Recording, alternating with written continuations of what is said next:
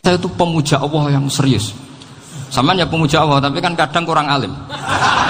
Saya ini pemuja Allah serius. Saya itu kalau ngaji, ya ngaji biasa belajar, itu sering nangis, nangis seneng. Misalnya saya baca tadi, Miftahul Jannah la ilaha illallah, lung kunci kok dikasihkan. Kita ini masuk neraka gak pantas, enggak bawa kuncinya kok masuk gitu. Harusnya kita ini masuk surga, kita kan pegang kunci surga, gak pegang kunci neraka. Maka aneh kalau kamu masuk neraka itu aneh. Coba kita pegang kunci surga apa kunci neraka? Tapi kadang teman saya suka neraka ora ono kuncine. Karena tidak ada pintunya. Terus saya bilang, kamu kok tahu? Memangnya mau ke sana kata saya. Saya tidak punya rencana tahu neraka. Dan saya meskipun guyon itu serius. Bedanya orang alim sama ndak itu di situ. Kalau orang alim itu guyon itu masih benar, masih serius. Coba saya bacakan ayatnya. Ala inna auliya Allahi la khaufun alaihim wa lahum yahzanun. Terus lahumul busyra fil hayatid dunya fil akhirah. Artinya kalau mungkar nangkir dengan penampilan garang gitu, berarti ada ketakutan apa enggak? Ada. Padahal ciri utama walinya Allah tidak ada ketakutan. Makanya itu termasuk dalilnya Sayyid Muhammad. Tidak semua orang alami seperti itu, karena wali-wali itu la khaufun alaihim wa lahum yahzanun. Wah anak kiai mungkar nangkir buat tidur wedek. Iku rezeki ora kok pertanyaan itu, nak konan santri piye? Lho isen wis kiai dihanjuti mungkar nakir wis. Malu gak kira-kira? Mesti pelengane konan santri piye? Nak jawabannya gampang karena pernah ngajar tauhid. Makanya Sayyidina Ali ini cerita ini ada di kitab Nurul Dzolam. Sama lihat di kitab Nurul Dzolam karangannya Syekh Nawawi Banten.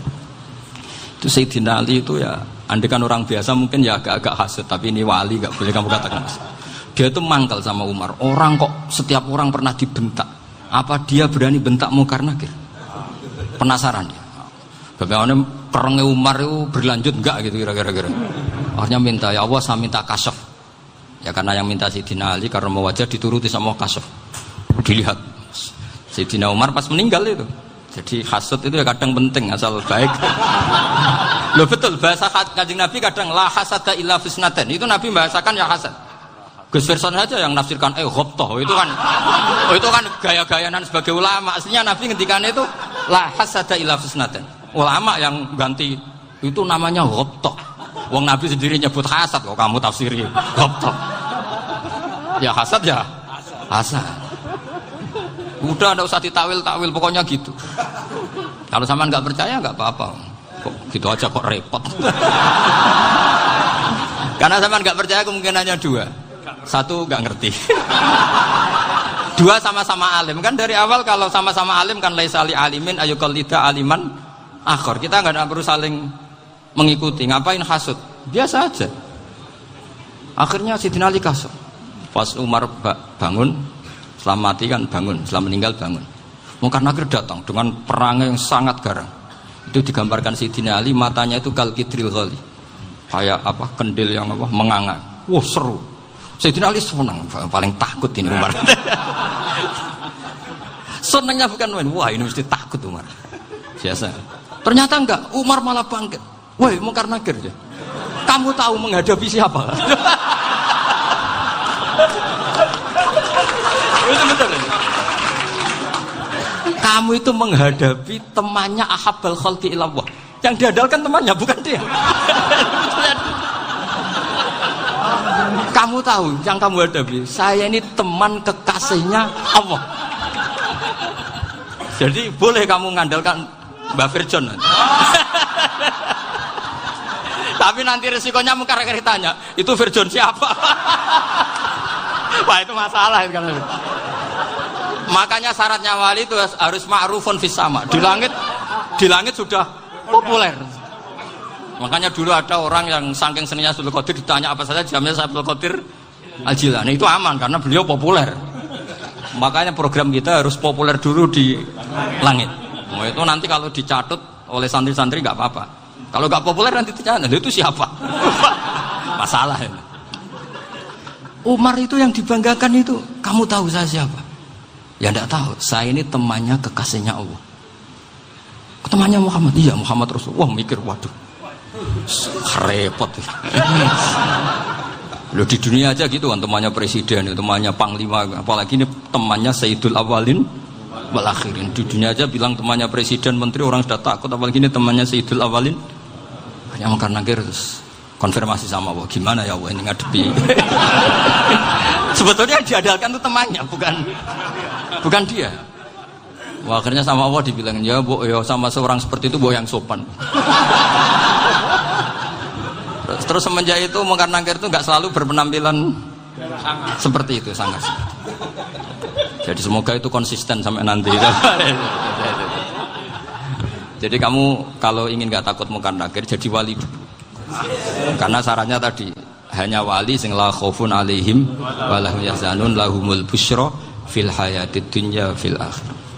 Jadi orang itu kalau ngaji itu harus khatam.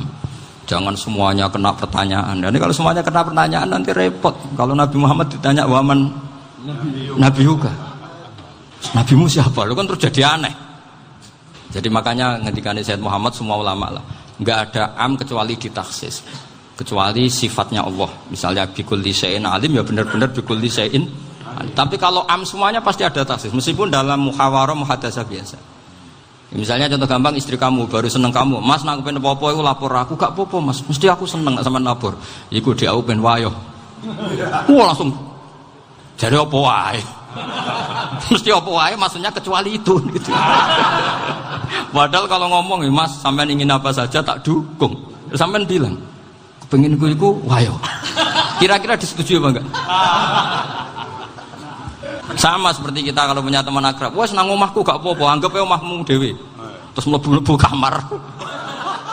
Jadi tidak ada am kecuali ditaksis. Artinya kalau ada cerita bahwa orang mati pasti ngalami ditanya mungkar nakir, itu pasti ada am yang ditaksis. Itu pasti juga dialami para anbiya, para auliya. Karena ciri utama wali itu la khaufun alaihim walahum yahzanun. Kemudian saya yang mau cerita ya supaya sampean bisa menghadapi dunia global ini, tak bawa tafsir Munir termasuk tadi. Ini saya baca ini karangannya Syekh Nawawi karena tadi kata Mbah Firjon ngaji itu harus sama orang yang bersanad. Saya ini kalah sama beliau itu berkali-kali. Secara nasab saya harus manggil Mbah. Secara silsilah ilmu saya juga kalah lagi. Saya sering disewani sama cucu-cucu Syekhona Khalil. Kiai Siddiq itu termasuk murid dekat beliau Syekhona Khalil. Kalau itu berarti kan Gus Wirjon, Ahmad, terus Mbah Siddiq. Mbah Siddiq ngaji Syekhona Khalil. Syekhona Khalil itu pernah ngaji langsung sama Sayyid Zaini Tahlan. Berarti beliau dari Sayyid Zaini Tahlan itu baru generasi kelima. Sementara saya itu sudah ke-7 atau ke-6. Saya, Mbah Mun, Mbah Karim misalnya, Mbah Hashim, Mbah Mahfud Termas, Sayyid Abi Bakar Sato yang arangnya Anatul Talibin, baru Sayyid Zaini Tahlan. Berarti saya ke-7, kalah lagi. Tapi untuk jadi wali biasanya cepat saya. Karena syaratnya jadi mbah itu ngalah demi putu. Jadi kalau beliau ngotot, saya dulu Gusti, saya mbahnya. Wah itu mbah yang nggak baik. Pasti jatahnya dikasihkan apa? Cucunya dulu. Makanya Abdul Muthalib itu orang yang dapat wangsit, tapi yang jadi nabi itu cucunya. Jadi dalil saya banyak. Sebenarnya Abdul Muthalib itu sudah sering dapat wangsit. Karena saya bahasakan wahyu, Nabi yang protes, enggak Nabi kok dapat wahyu. Tapi sebetulnya Abdul Muthalib itu masyhur.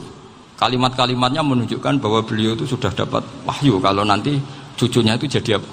Nabi. Makanya senangnya bukan main Abdul Muthalib sama Rasulullah. Putu seneng, mbah seneng putu. Jadi mungkin, jadi sampean enggak usah protes, Bro. Yang jadi wali kok cucunya. Dulu betul. Dulu Mbah Hamid Pasuruan itu kalau Mbah Ahmad Siddiq ke sana, Mbah Hamid Pasuruan kalau manggil Mbah Ahmad Siddiq itu paman. Tapi pamannya minta ijazah ke ponaan. Apa ya gara-gara itu memang. Kalau itu masih berlaku, apa? Ngalah tadi. Kayaknya masih apa? Hawane masih. Hawane masih. Karena melihat tren-tren langit masih gitu kayaknya masih. Masih itu. Ya. Tapi mbahnya tetap dapat jatah, tenang saja nanti. Tapi memang sebaiknya mbah itu legowo. Rasulullah Muhammad SAW itu terkenal min dzurriyyati Ibrahim. Tapi kata Rasulullah, ana dakwatu Ibrahim wa bisyaratu Isa. Aku nganti ngene iki barokah dongane Nabi siapa? Ibrahim. Jadi dongane Nabi Ibrahim nggih tiba teng putu. Jadi banyak bukti bahwa jatuhnya ke putu gitu. Tadi saya di kamar sama beliau berduaan. Nih Mbah sing dadi wali di sini. Aku webah. Cocokan tadi. Nah, kenapa saya akhir-akhir ini gulirkan daftar wali? Kenapa? Saya ini resah ya. Orang sudah ingin dicintai pejabat, dicintai tetangga, dicintai teman. Tapi kadang-kadang orang lupa lagi dicintai Allah. Makanya saya meskipun guyon, tapi ini amdan, bukan sahwan. Supaya orang punya cita-cita lagi jadi wali, ingin dicintai Allah. Kita ini terlalu lama ingin dicintai makhluk. Mbok ya naik kelas sedikit lah. Ingin dicintai Allah Subhanahu wa Ta'ala. Meskipun saya guyon, tapi tadi guyon saya tuh lebih serius ketimbang serius Anda. Karena tak pikir. Saya tuh kalau pergi itu seneng ngebis, bukan karena saya tidak punya mobil, tapi saya sering mau butuh itu supaya gak diganggu. Karena saya tuh harus punya waktu sendiri. Kalau bis kan ketemu orang nggak kenal, tapi sekarang ya agak susah, banyak yang kenal. Dan susahnya lagi nggak minta ijazah, minta foto. Repot tuh. Mau dibenci itu umatnya Rasulullah Shallallahu Alaihi Wasallam. Mau disetujui itu sanatnya mana? Kalau ketemu orang alim minta apa? Foto. Itu nggak ada sanatnya. Nggak tahu saya itu mazhab dari mana itu. Ya mazhab milenial yang jelas itu kan. Ini tak baca ya biar dapat, karena ini kenangan saya sama Mbak Ahmad Siddiq. Saya masih ingat betul beliau ngisi kholnya Mbak Abdullah bin Umar, berarti abahnya Mbak Hamid. Karena mbah saya itu Fatimah binti Khalid bin Umar. Kalau Mbak Hamid itu Hamid bin Abdullah bin Umar. Itu saya masih ingat betul zaman itu Mbak Hamid siap khol di Lasem itu rawuh dan saya derek mbah saya karena masih misanan datang ke Lasem. Itu beliau pas itu ngisi sama Mbah Mun. Mbah Mun masih muda, Ki Ahmad Siddiq sepuh senior.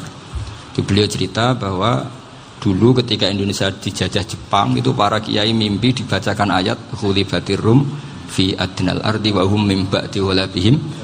Terus ada kiai yang tanya, takwilannya gimana? Ya nanti Jepang pulang bukan karena kita yang mengalahkan, tapi Jepang ada yang mengalahkan sendiri, meskipun tidak kita. Kayak dulu Faris tidak dikalahkan Islam, tapi dikalahkan Romawi, tapi yang senang umat Islam. Wa yauma idzi yafrahul mu'min. Itu luar biasa ulama-ulama kita. Delalah kejadiannya Indonesia seperti itu. Yaitu kita tidak mengalahkan Jepang, tapi Jepang pulang sendiri karena dikalahkan apa? Sekutu. Ya ini saya baca. Ini tidak usah dicek bacanya benar apa enggak, sudah aman apa? Aman. Karena kalau saya salah itu ya sengaja. Artinya ya sengaja saja. Ya biasa maksudnya. Saya kemarin ngisi di Pondok Peloso, di Pondok Al Munawir Jogja. Salah itu ada dua. Ada salah yang memang benar-benar salah. Ya, itu enggak apa-apa, bisa dimakfu. Karena mesti sangke wong goblok salah yang terus itu. Ada salah bawaan ilmu, itu repot tuh dan ini. Karena misalnya kita yang biasa belajar qiraah safah wa yahsibuhu, mesti diulang lagi wa yahsabuhu. Karena qiraahnya Imam Asim itu hasibah yahsabu bi fathis sin. Sementara kita kalau ngaji kitab kulino yahsib. Sehingga kita yang biasa belajar safah itu kalau baca kitab itu kayak orang bingung. Kadang-kadang yang ngaji juga bingung. Gus Pak mau cok di bulan pilih. Ya tepat-tepatan. Ada yang mengatakan Gus Pak bingung. Ada yang mengatakan Gus Ba alim alama, ya tepat-tepat nasib tadi. Karena memang ya sab'ah memang seperti itu. Misalnya kufuan itu Imam Asim baca kufuan. Tapi beliau punya murid namanya Syu'bah. Itu kalau baca kuf'an. Makanya kita itu, ini kan khataman Quran ya. Jadi saya menyinggung sedikit tentang qiraah sab'ah. Tadi beliau juga sudah tak kasih kitab saya Hifdzuna Liyadal Mushaf. Sama tak ajari latihan sab'ah. Memang angel ya. Makanya yang nggak bisa itu wong pinter. Sudah tahu angel ya nggak usah diteruskan kan. Orang menghindari barang angel itu pinter apa goblok? Pinter. Berarti wong goblok pinter. Saya tuh makanya sama orang goblok tuh respect. Jadi orang alim tuh angel apa gampang? Angel. Menghindari barang angel pinter apa goblok? Loh, orang menghindari barang angel pinter apa goblok? Pinter. Berarti wong goblok pinter. Jadi saya sama orang-orang goblok itu respect. Sudah tahu jadi orang alim angel ya barang angel ya harus dihindari. Makanya saya ini insya Allah umatnya Nabi yang termasuk yang terbaik. Amin. Karena mencintai umatnya Nabi termasuk yang goblok. Itu tidak gampang itu. Karena tadi sudah tahu ya. Seperti itu loh orang naik Panjat Pinang. Itu yang naik karena ingin hadiah. Yang nonton sudah tahu wah licin kok dinaikin mau keplodok ya. Tapi orang sepakat yang nonton juga pinter karena sudah tahu ribet kok Tuku ning pasar rak kena lah opo menek. Sama sampean juga gitu. Ngalim tafsir angel, ngalim fikih angel. Nek karek ngaji ngerekam kan gampang. Itu pintar apa goblok? Pintar. Iya. Makanya kula niku mbok burohno ngono tok. Saya tadi dinasihati Mbak Firjon, muga-muga hati saya selamat. Saya itu meskipun kata orang banyak, muhibbin saya banyak, tapi saya insya Allah tidak riya. Saya itu pakai kitab namanya Tasbidul Fuad, itu karangannya Said Abdul Al-Haddad. Ketika beliau punya muhibbin banyak ditanya, bagaimana ya Habib Anda menjaga hati Anda? Jamnya Said Abdul Al-Haddad itu unik. Innama azzamu Allah. Mereka itu sebenarnya menghormati Allah, cuma butuh sarana, dan itu saya. Jadi saya tahu sampean semua itu mencintai Quran, mencintai sunnah Rasul, mencintai hadis-hadis Rasul. Cuma sampean kan karena nggak paham, terus manfaatkan saya. Jadi sebenarnya saya ini korban. Korban. Jadi saya mau riak gimana? Korban kok mau. Bangganya di mana tuh? Coba sampean misalnya ngaji tafsir, belajar sendiri kan susah. Terkitnya susah, maknanya susah, bahkan beli kitabnya kadang nggak kuat. Loh, untuk jadi alim tafsir itu kan harus beli kitab. Loh, saya sering belajar kitab itu jutaan. Tafsir Tobari, saya pernah beli kitab Fakhrur Razi itu berapa coba? 27 jilid. Karangannya Fakhrur, belum karangannya ulama modern, Imam Sya'rawi. Itu berapa jilid? Itu jutaan. Saya kemarin juga dihadiahi kitab Pak Quraish Shihab namanya Faidul Bari fi Syarhil Bukhari. Pak Quraish Shihab yang terkenal. Dia sering diskusi sama saya. Saya ngasih hadiah beliau ngasih hadiah saya. Wah, itu harganya nggak kuat. Tidak kuat, kadang di Indonesia nggak ada coba. Dan sama orang hebat menghindari kesulitan itu. Nah, kesulitan itu sebab ngaji ikut, kalau nggak paham dirukok rekamannya sudah gitu. Pinter mana sampean sama saya? Pinter sampean kan? Bikin sosis susah, beli aja kok repot kan. Nah, makanya nggak boleh orang bilang, wah aku goblok reso tafsir, aku wong pinter. Makanya nanti kalau saya ketemu Nabi tidak termasuk orang yang mentahkir orang Islam. Kafabil mari isman ayah kira akhahul muslim. Jadi cukup orang itu dosa kalau menyepelekan orang Islam, termasuk darani sampean goblok itu dosa. Caranya nggak darani goblok ya tadi di logika tadi. Alim itu angel, gendari angel itu pinter, berarti wong bodoh pinter ya sudah gitu. Tapi tetap bodoh. Tapi ini satu cara untuk saya respect gitu. Coba orang yang ngaji tafsir saya banyak, mungkin ribuan. Itu sebetulnya mencintai Quran. Karena Quran adalah kitab suci yang panduannya umat Islam. Sangat mencintai Quran. Terus kemudian mereka nggak paham. Terus mencari orang yang memahamkan. Burono lah cara jawabannya ini. Terus keren saya itu di mana coba? Lah terus mereka kurang ajarnya gini, kalau paham itu ya alhamdulillah paham. Kowe nak ngaji Gus Bae ngono tok. Tapi nek ora paham, ora nyalano akale. Mari Gus Bae nerangno cepet, mulane gak paham. Ora kok nyalano teke sing lelet. Oh kan masyaallah naudzubillah tenan. Sebetulnya tingkat kurang ajarnya tinggi Gus sebenarnya. Jadi kalau nggak paham itu kadang nggak nyalahno uteke. Kayak mau misalnya, mau mari mikir ra jelas. Padahal misalnya jelas orang mesti paham, bodoh ya. Paham ya? Jadi kata Said Abdul Haddad, innama azzamu Allah. Sebenarnya mereka itu sangat menghormati Allah. Makanya kita nggak perlu mengatakan wasilah itu kafir, nggak akan.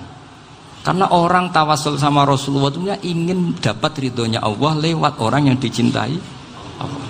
Kita mencintai wali sebenarnya, wah itu kekasih Allah. Kita mencintai itu karena mencintai Allah. Sama seperti gini, kamu mencintai kangkung apa enggak? Sebenarnya sama sekali enggak. Tapi kamu ingin sehat, ada asupan gizi. Kamu ingin tubuh kamu sehat, butuh asupan gizi. Kemudian kamu makan kangkung. Apa terus kamu cinta kangkung kan enggak? Cinta kesehatan kamu sama. Orang yang mencintai saya sebenarnya ingin kepuasan rohani. Saya kan termasuk kiai yang torekonya gampang. Ini swarga kan akhirnya penggemarnya banyak. Coba kalau kamu ini neraka.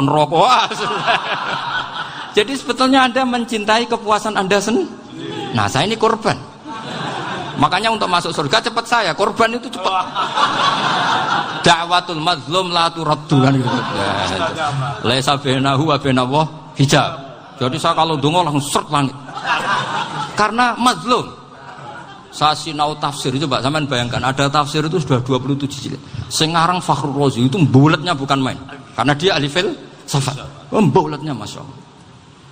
Sudah gitu sinau Jalalain kadang dikomen oleh Sawi. Sudah kita percaya Jalalain jebule dibuli Sawi.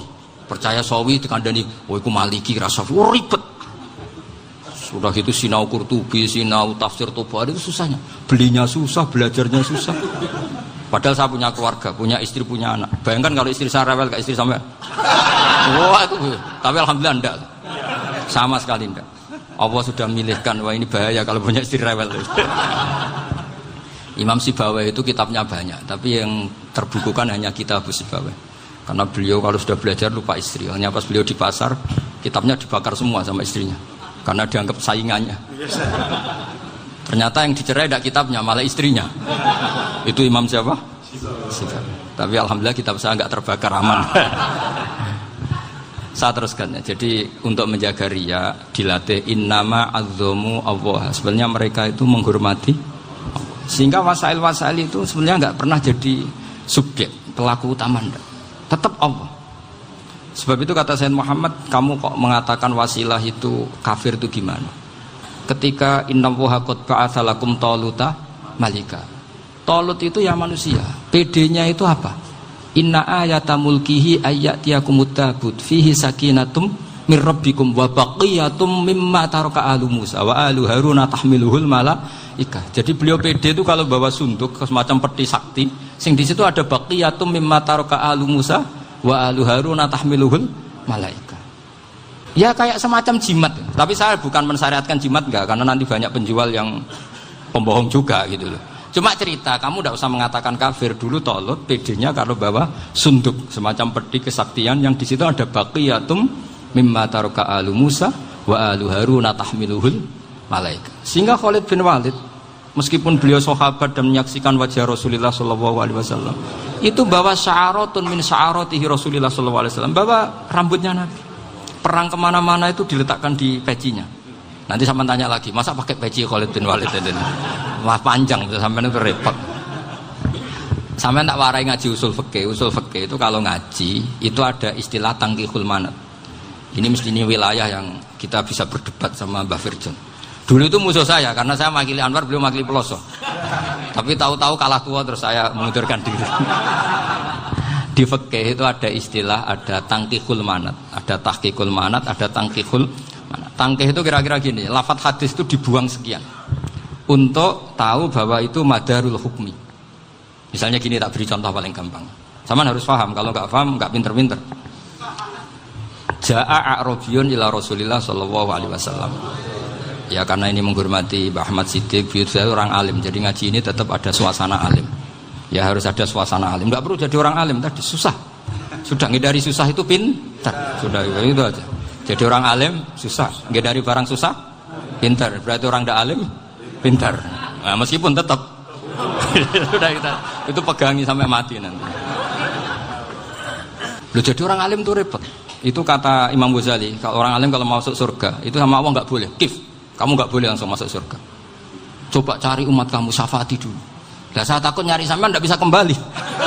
Saya tidak punya rencana itu. Pokoknya masuk. Golek sampean kuaduan, aduan balik raroh dewe, wah repot nanti saya. Berat jadi orang alim itu berat. Ya saya teruskan ya. Ada tangkihul manat. Ja'a a'rabiyun ila Rasulillah sallallahu alaihi wasallam. Faqala ahlaktu wa ma ahlakaka qal waqatu imraati fi nahari Ramadan. Ya sidang kita, saya ini rusak ya Rasulullah. Kenapa? Karena saya menjima istri saya fi nahari Ramadan. Terus kata Nabi, kamu harus bayar kafarah. Napa Nabi kafarah? Puasa 2 bulan. Wong baru 1 hari aja terjadi gitu kok disuruh puasa 2 bulan. Ya tidak kuat ya Rasulullah. Baru berapa hari saya puasa aja kecelakaan seperti itu. Apalagi kalau sampai 2 bulan. Tidak ya Rasulullah. Ya sudah kalau gitu kamu pertama ngasih makan apa? Itqu raqabah kan, pertama merdekakan budak. Tapi kan sekarang nggak ada budak makanya terus sekarang langsung puasa. Wah ini nggak bisa semua. Ya sudah ngasih makan orang 60. Kasihkan siapa ya Rasul? Ya orang fakir. Saya ini paling fakir. Di kampung saya ini orang paling fakir. Jadi mulai dulu orang fakir itu hubungan suami istri itu paling lancar mulai dulu. Makanya orang fakir itu anaknya banyak. Karena hiburannya hanya itu.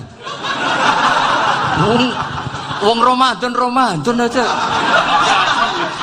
Coba mau ke ATM nggak punya uang, mau antri di bank nggak punya, mau apa coba? Itu mulai dulu. Ini sanatnya mutasil.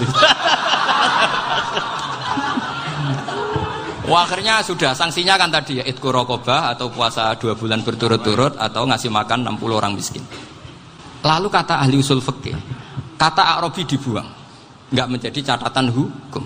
Orang kota pun kalau melakukan itu juga kena sanksi yang sama. Imro'atau juga dibuang. Andai kan itu dilakukan untuk amatnya juga ketentuannya sama. Nah sekarang perdebatan antara Imam Syafi'i dan Imam Malik begini. Sekarang pertanyaan gini, jima istri itu hukumnya boleh apa haram? Boleh kan? Lalu kalau ada orang tanpa udzur kemudian makan siang-siang, cara Imam Malik hukumnya sama, harus kena sanksi yang sama. Karena sama-sama hadku hurmati Ramadan bi ghairi udzrin syar'iyyin. Sama-sama merusak hukum Ramadan tanpa udzur syar'. Lo jima itu tidak zina. Kan hukumnya jaiz. Nah, sekarang makan hukumnya jaiz, harusnya juga kena ketentuan yang sama. Cara pikirannya Imam Malik. Nah, alhamdulillah Imam Syafi'i gak setuju. Wah, cara setuju repot. Bahkan orang-orang Syafi'i sudah punya khilaf, kalau gitu minum dulu. Iya, biar gak kena. Iya, biar iftarnya pakai minum. Setelah minum baru jima kan. Ya. Ini sudah menyiapkan khilafnya. Ini khas Syafi'i ini, bongsong rekayasa hukum. Nanti bisa belajar jauh cara ngakali hukum. Makanya guyonan yang masyhur Gus Dur itu gitu. Ada seorang kiai atau Gus lah, ya punya salah, namanya manusia kan punya salah, entah cangkruk entah apa, pokoknya punya salah.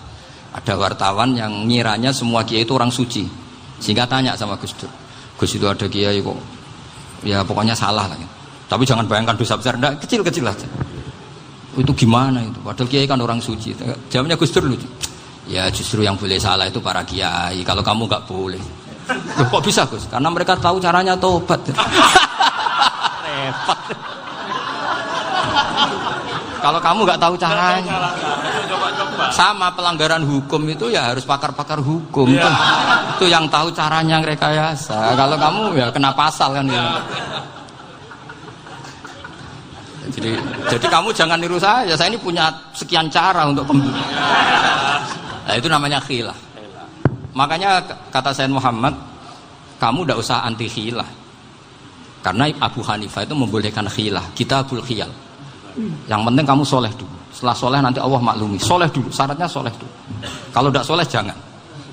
Contohnya gini, ada orang mau puasa lemes sekali, mau makan. Gampang. Kalau langsung makan kan kayak hadku hormati Ramadan biwari udrin syar'iyyin. Aku langsung mau jembera sowan Mbah Firjon. Sudah status saya apa? Musafir. Ya, sudah berangkat aja sampai Tuban makan. Nanti kalau nggak jadi ya nggak apa-apa sudah. Kan mulai pergi sudah musafir. Saya tidak tahu nanti malaikat tertarik gebuki nggak tahu. Tapi itu ada khilafnya. Asal soleh. Karena kata Sayyid Muhammad dan semua kitab mengatakan itu. Kalau sama nggak tahu ya kebablasan. Nabi Ayub, yang nabi yang terkenal gudikan itu siapa? Ayub ya. Nah, itu yang Israiliyatnya kan seru lah. Gudikan dikukur bek kreweng itu terlalu lah kalau itu. Untuk kreweng konti ning Arab ora ono kreweng itu sudah masalah itu. Singkat cerita, Nabi Ayub ketika diasingkan kaumnya itu kan nggak punya sumber makanan.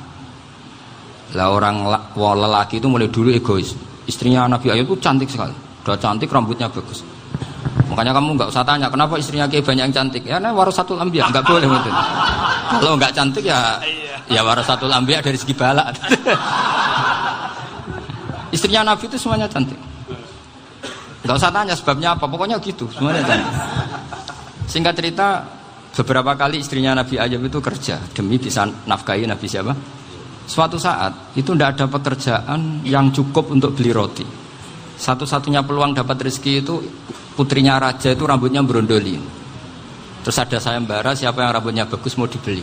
Sampai rambutnya istrinya Nabi Ayub itu dijual.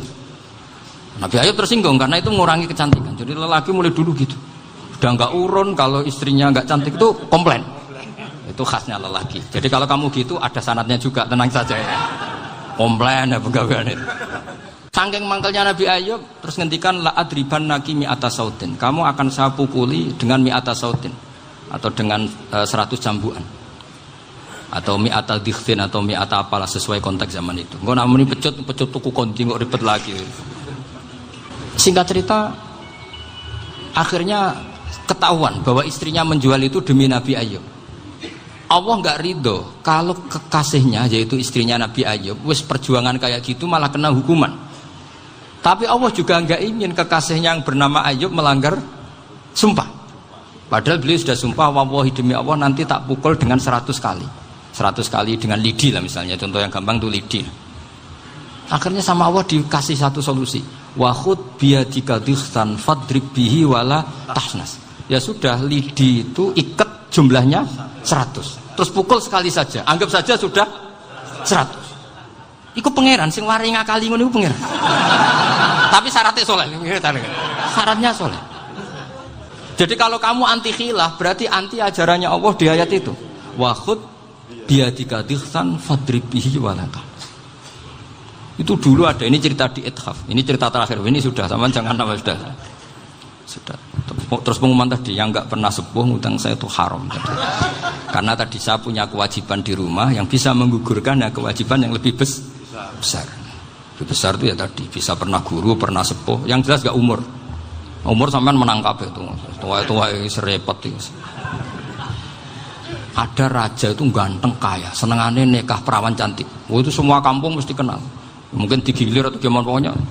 Suatu saat ada pemuda suka sama perempuan yang di kampungnya, cantik sekali. Kemudian pemuda ini ternyata pekerja di kerajaan itu. Tiap hari ditanya, "Oh, itu yang di kamu yang cantik siapa? Mau saya nikahin gini." Wah, bahaya ini, saingannya raja. Jadi yang dibidik pemuda tadi itu saingannya. Si raja ini orang yang namanya raja kan gengsinya tinggi. Kaifatang kihuha wa qad ra'aitu qad qabbalaha rajulun. Kok mbok nikah piye? Saya itu pernah melihat dicium lelaki. Wah, gak mau. Gak gelem wis kadung ditambung lan waqt qabbalaha rajulun. Saya pernah melihat sendiri qabbalaha rajulun, dicium oleh lelaki. Wah, sudah gak minat raja langsung gak keren. Suatu saat pemuda tadi nikahi perempuan itu. Rajanya marah-marah, kamu lelaki gak punya harga diri gini. Gak punya selera, gak punya harga diri, sudah pernah dicium orang kok tetap dinikah. Terus bilang ke raja, ta'rif manir rajul, lelaki itu siapa? Abuha. Kamu tahu lelaki itu siapa? Sopo? Abuha. Bapaknya. Saya kan hanya bilang rajulun. Pernah dicium lelaki. Lah pikirannya raja itu lelaki kue-kue ngene iki. Tapi butuh canom mau raja ben gak sida, itu aja tuh. Baru kayak digulirkan gitu, waqat qabbalah rajulun. Wah, enggak mau. Setelah itu suatu saat pegawainya tadi nikahi perempuan. Kamu enggak punya harga diri gini. Kamu tahu mandir rajul apa abuha? Wah, nak ngono aku gak poho-poho. Lah monggo sakniki wis bojo kula. Ora trimo wis diambung wis macam-macam. Lah itu namanya khilah. Apa? Khilah. Kalau di Balawa disebut tauriyah atau apalah. Tapi saya tidak ngajari sampean seperti itu. Sudah pinter sebelum saya ajarin. Bangsa ngakali kan sudah pinter. Saya kira demikian. Assalamualaikum.